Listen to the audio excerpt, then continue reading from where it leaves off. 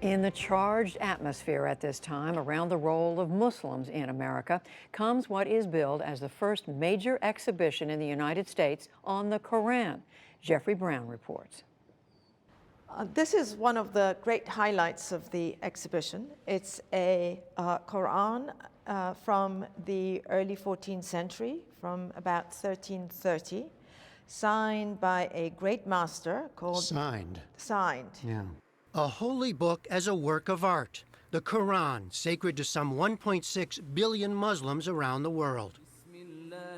A new exhibition at the Smithsonian Institution's Sackler Gallery in Washington, D.C.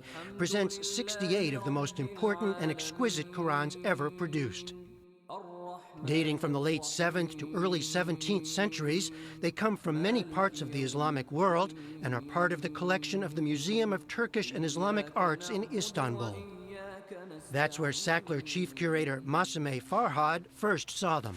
I realized that these were true works of art, that every single one of them was astounding in its sort of mastery of the calligraphy, of the styles, and also of the scale of the works. And that is something that, to me, was very important and motivated me in trying to organize this exhibition, because I thought it really shifted my perception of what these works are, and I'm hoping that it will also shift the perception of the visitors who come to the museum to see the exhibition.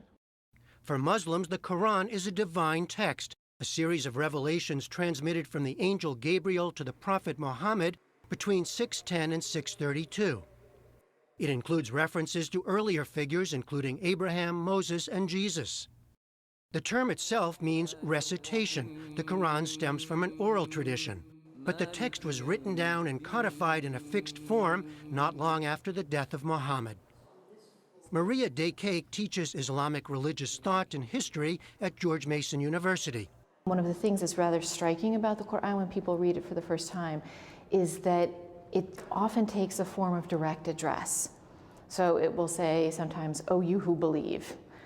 Sometimes it'll address all human beings, O humankind. It is a series of moral exhortations, exhortations to virtue. It includes many stories of prophets before the time of Muhammad. It's an attempt to grab the listener or grab the reader, to wake them up, to make them think about their life, about the world around them. It's a lot of passages with rhetorical sentences, right? Did you not consider this? Didn't you think about this? How did you get here? This is looking good as well. The exhibition includes furniture, stands to hold manuscripts, and chests to store them. Many of these Qurans were originally commissioned and donated or collected by rulers. Early manuscripts on parchment feature plain ink and simple designs. Later artists and calligraphers developed ever more elaborate and ornate script, illumination, and geometric patterns, in light of Islam's prescription against figurative images, to make each manuscript a singular work. It's how they sort of use their individuality is really quite remarkable, and the greater master, the better they can sort of manipulate the style without breaking the rules, because you could not break the rules of a particular style of calligraphy, but you could sort of stretch them and sort of introduce your own sort of touch to a particular style or a particular type of writing. Some of these masters are well known to scholars, like the maker of this Quran, Abdullah Sarafi, who spent most of his life in Tabriz in northwestern Iran. What is remarkable about Abdullah Sarafi is the fact that he was able to write in more than one style of calligraphy, because usually most calligraphers specialized in one style and one particular size alone. It was clearly a Quran that was meant for display. It is so lavish in its use of both illumination in terms of that sort of very rich black ink, the fact that every gold line is outlined in black. I mean, this is a visual feast and is supposed to be viewed and looked at. So it was meant as a display copy. How long would it take to do something like this? Many years. Years for each one? For each one.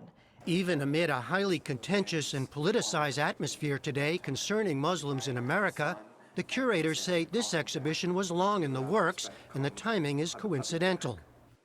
For her part, Maria Daycake hopes it will shine a different kind of spotlight on Islam and the Qur'an. You will hear sometimes Islamophobic comments about Islam, and they'll say, well, you know, why would I want to know anything about this text? I see what kinds of things it produces, right? It produces people who behave in these violent ways or something like that. But when you come here, you see the larger reality of what it's produced, right? It produced beauty. It produced scientific inquiry. It inspired literary endeavors. But in a time of Islamophobia, I think what's so valuable about this collection is to see the kind of artistic elements, the beauty that the Qur'an really brought. The art of the Qur'an is on exhibition through February.